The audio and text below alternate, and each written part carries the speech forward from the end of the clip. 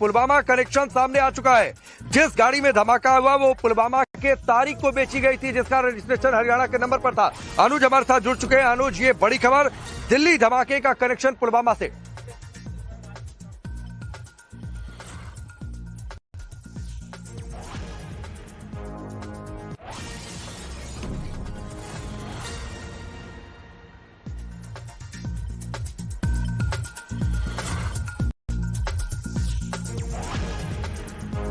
तो अनुज तक हम पहुंचेंगे, लेकिन इस वक्त की जो सबसे बड़ी खबर है, और सबसे बड़ी खबर इसलिए क्योंकि इससे पहले ये सूत्रों के हवाले से जानकारी आई कि ये जो धमाका हुआ है ये एक आतंकी घटना है, और उसके बाद अब जो जानकारी सामने आई है कि इसका पुलवामा कनेक्शन निकल कर सामने आ चुका है। जिस गाड़ी में धमाका हुआ ये गाड़ी पुलवामा की तारीख को बेची गई थी। वो गाड़ी जिसका पेपर हमने आपको दिखाया, जो 2014 मॉडल की गाड़ी है, जो व्हाइट कलर की, जो पेट्रोल सीएनजी मॉडल, वो पुलवामा के तारिक ने वो गाड़ी खरीदी थी जिसको बेची गई थी ये गाड़ी जो है।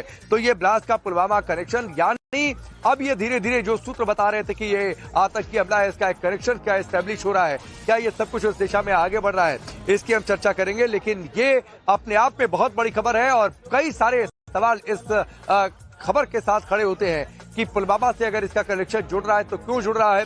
और पिछली बार पुलवामा में जिस तरीके से हमला हुआ था और उसके बाद सेना ने जिस तरीके से चुन चुनकर आतंकियों को मौत के घाट उतारा था, क्या अनुज हमारे साथ जुड़ चुके हैं। अनुज, ये बहुत बड़ी खबर, दिल्ली धमाके का कनेक्शन पुलवामा से, जो गाड़ी इस्तेमाल हुई वो गाड़ी पुलवामा के तारीख को बेची गई थी।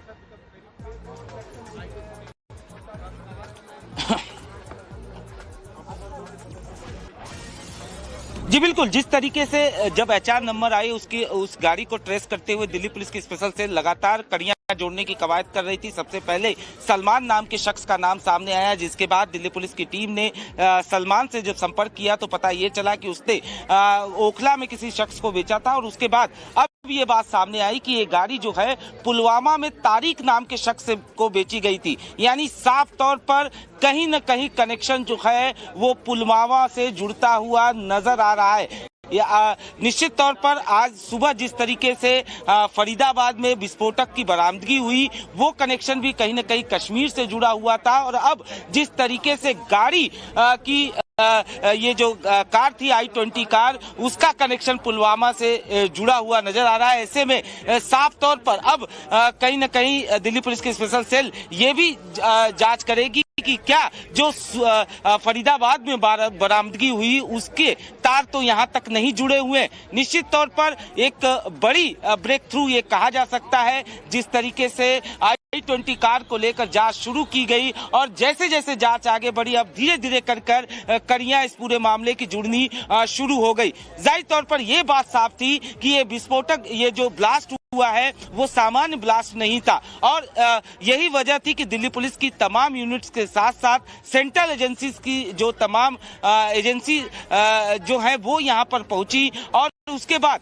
लगातार तफ्तीश को आगे बढ़ाया गया। सीसीटीवी फुटेज से कुछ जानकारियां हासिल हुई, उसके बाद कार के नंबर प्लेट को ट्रेस किया गया और अब ये बात सामने आई कि किस तरीके से कहीं न कहीं पुलवामा से कनेक्शन साफ तौर पर जुड़ता हुआ नजर आ रहा है। तारिक नाम के शख्स को ये गाड़ी बेची गई थी। हालांकि तारिक के बारे में अभी तक बहुत ज्यादा जानकारी सामने नहीं आई है, उसको लेकर जानकारी इकट्ठा करने की कवायद की जा रही है। और जैसे ही दिल्ली पुलिस की स्पेशल सेल की टीम को ये जानकारी मिलती है कि आखिरकार तारिक कौन है और क्या उसका इन्वॉल्वमेंट इस पूरे धमाके में रहा है, निश्चित तौर पर इस पूरे मामले की कड़ियां साफ तौर पर जुड़ती हुई नजर आएंगी। तो एक बड़ी कामयाबी एक तरीके से कहा जा सकता है कि जिस तरीके से ये धमाका हुआ, i20 कार का नाम सामने आया और अब i20 कार का जो कनेक्शन है वो पुलवामा से जुड़ता हुआ नजर आ रहा है। जी अनुज मैं एक बात आपसे समझना चाहता हूं। 2019 में पुलवामा अटैक भारत के इतिहास में इस सबसे घातक आतंकी हमलों में गिना जाता है, जिसमें सीआरपीएफ के काफिले पर आत्मघाती हमला ये किया गया था और उस जगह से कनेक्शन आ रहा है, उस जगह से एक शख्स का नाम सामने आ रहा है जिसको ये कार बेची गई थी। कैसे देखें हम इसको?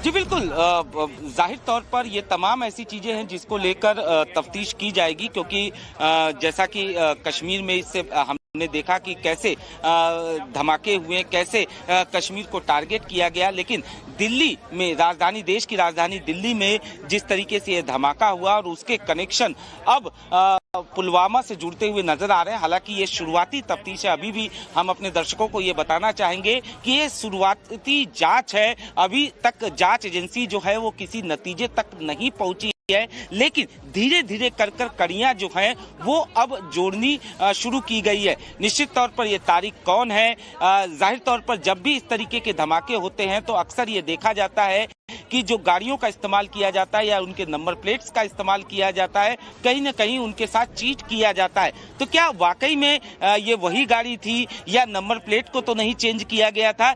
ये तमाम चीजें अभी जांच का विषय है, लेकिन शुरुआती जांच में अब ये बात सामने आ रही है कि ये जो गाड़ी थी वो कहीं न कहीं बेची गई थी तारिक नाम के शख्स को, और ये तारिक जो है उसका कनेक्शन पुलवामा से सामने आ रहा है। तो ऐसे में कहीं न कहीं ये ब्लास्ट के कनेक्शन जो हैं वो पुलवामा से जुड़ते हुए नजर आ रहे हैं। फिलहाल तमाम जांच एजेंसियां जो हैं वो हर पहलू पर मामले की तफ्तीश कर रही हैं। दिल्ली पुलिस की स्पेशल सेल की जो तमाम यूनिट्स हैं, खासतौर पर जो टेररिज्म पर काम करती हैं, वो तमाम यूनिट जो हैं वो अलग अलग एंगल्स पर मामले की तफ्तीश कर रही हैं। जैसा कि केंद्रीय गृह मंत्री ने साफ तौर पर कह दिया था कि इस पूरे मामले की हर एंगल पर जांच की जा रही है, और यही वजह है कि हर एंगल पर पूरे मामले की तफ्तीश की जा रही है। लेकिन शुरुआत कहां से जांच की हुई? शुरुआत गाड़ी से हुई, चूंकि चलती गाड़ी में ये धमाका हुआ। ऐसे में गाड़ी को ट्रेस करना जरूरी था कि आखिरकार वो गाड़ी किसकी थी,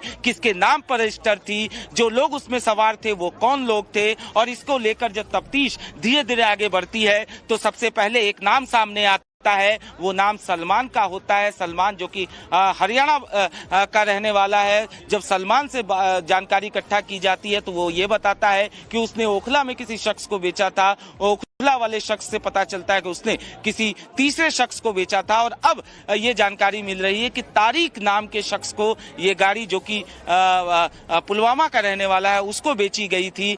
ऐसे में कहीं न कहीं ये कनेक्शन जो है वो पुलवामा से जुड़ता हुआ साफ तौर पर दिखाई दे रहा है। तो एक बड़ा ब्रेक थ्रू इस पूरे मामले को लेकर कहा जा सकता है कि किस तरीके से। और आप कैसे देखते हैं ये जो पूरा कनेक्शन पुलवामा से जुड़ रहा है कि ये गाड़ी तारिक खरीदा था, पुलवामा का रहने वाला, और अगर खरीदा था तो फिर वो गाड़ी दिल्ली में क्या कर रही थी?